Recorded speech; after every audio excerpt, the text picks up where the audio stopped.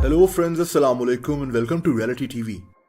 दोस्तों, अमेरिका में टोटल 63 यानी 63 नेशनल पार्क्स हैं। ये वो पार्क्स नहीं हैं जो हुकूमत बनवाती है, बल्कि ये जंगलात, सहरा और पहाड़ी इलाके होते हैं जिनकी हिफाजत करने के लिए इनको एक पार्क का दर्जा दे दिया जाता है। लोग यहाँ बगैर किसी खौफ के जाते हैं, कैंपिंग और हाइकिंग करते हैं। लेकिन अमेरिका में इन मकामात पर कुछ अजीब हो रहा है।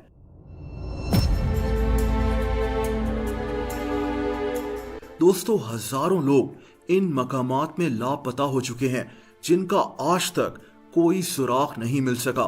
इनमें से कई लोगों की कहानियां तो इतनी अजीब और पुरस्कार हैं कि यकीन करना मुश्किल हो जाता है। इन 63 पार्क्स में सबसे ज्यादा गुमशुदगियां Lake Mead National Recreation Area में हुई हैं। ग्रैंड कैनियन नेशनल पार्क हो या फिर योसेमाइट नेशनल पार्क, हजारों लोग इन मकामात में गायब हो चुके हैं और कई हजार लोग ऐसे भी हैं जिनकी रिपोर्ट पुलिस के पास मौजूद ही नहीं है। अब मैं आपको लापता होने वाले लोगों के कुछ इंतहाई अजीब वाकयात बताता हूं। दोस्तों, एल्फ्रेड बाइलहार्ट्स एक 5 साल का बच्चा था जो रॉकी माउंटेन नेशनल पार्क में लापता हो गया था। ये 2 जुलाई 1938 की बात है। ये बच्चा अपने वालिद के साथ जंगल में कैंपिंग कर रहा था। इसका वालिद अपने दोस्तों के साथ दरिया में नहा रहा था, लेकिन जब इन्होंने कैंप की तरफ देखा तो एल्फ्रेड गायब हो चुका था। पुलिस ने फौरन इस जंगल में सर्च ऑपरेशन शुरू कर दिया, लेकिन एल्फ्रेड का कुछ पता नहीं चला। एक दिन के बाद 2 मियां बीवी उस जगह से 10 किलोमीटर दूर हाइकिंग कर रहे थे जब इन्हें दूर पहाड़ पर एक बच्चा बैठा हुआ दिखाई दिया। इस बच्चे का हुलिया बिल्कुल एल्फ्रेड जैसा था। ये मियां बीवी वहां तक पहुंच नहीं सकते थे। ये फौरन वापस गए और इन्होंने पुलिस को इत्तला दी। पुलिस जब वहां पहुंची तो ये बच्चा गायब हो चुका था। अगले 10 दिन तक 150 लोगों ने इस जंगल की तलाशी कर ली, लेकिन एल्फ्रेड फिर कभी नजर नहीं आया। दोस्तों, 2004 में सैन बर्नार्डिनो नेशनल फॉरेस्ट में 9 साला बच्चा डेविड गोंजालेस अपनी मां के साथ था। ये लोग अपनी गाड़ी में यहां आए थे। डेविड ने अपनी मां से गाड़ी की चाबी मांगी ताकि ये गाड़ी में पड़े बिस्किट्स को उठाकर खा सके। इसकी मां ने इसको चाबी दे दी। ये कुछ सेकंड्स के लिए उधर मुड़ी, लेकिन जब इसने वापस मुड़कर डेविड को देखा तो ये बच्चा गायब हो चुका था। कुछ सेकंड्स में ही डेविड का नामो निशान नहीं था। इसकी मां ने कोई आवाज भी नहीं सुनी। पुलिस ने डेविड को 9 दिनों तक तलाश किया, लेकिन ये बच्चा फिर कभी नजर नहीं आया। दोस्तों, 2012 में रोनाल्ड कर्क रेड रॉक बेसिन एरिया में कैंपिंग करने गया था और ये लापता हो गया था। पुलिस ने इस पहाड़ी इलाके के चप्पे चप्पे को छान लिया, लेकिन रोनाल्ड का कुछ पता नहीं चला। कई महीनों के बाद रोनाल्ड की लाश कीचड़ के नीचे से मिली थी। अजीब बात यह थी कि पुलिस इस जगह को पहले भी कई बार चेक कर चुकी थी।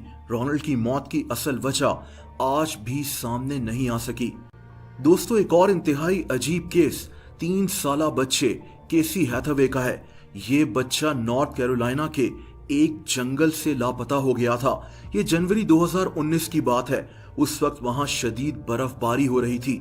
3 दिन के बाद ये बच्चा 4000 फीट ऊंचाई से एक पहाड़ से मिल गया और ये जिंदा था।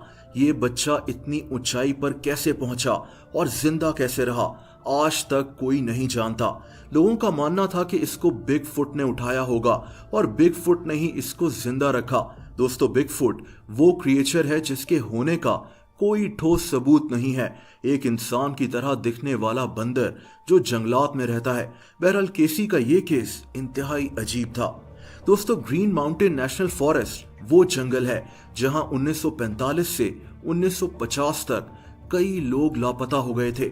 इन्हीं में से एक पॉला वेल्डन थी।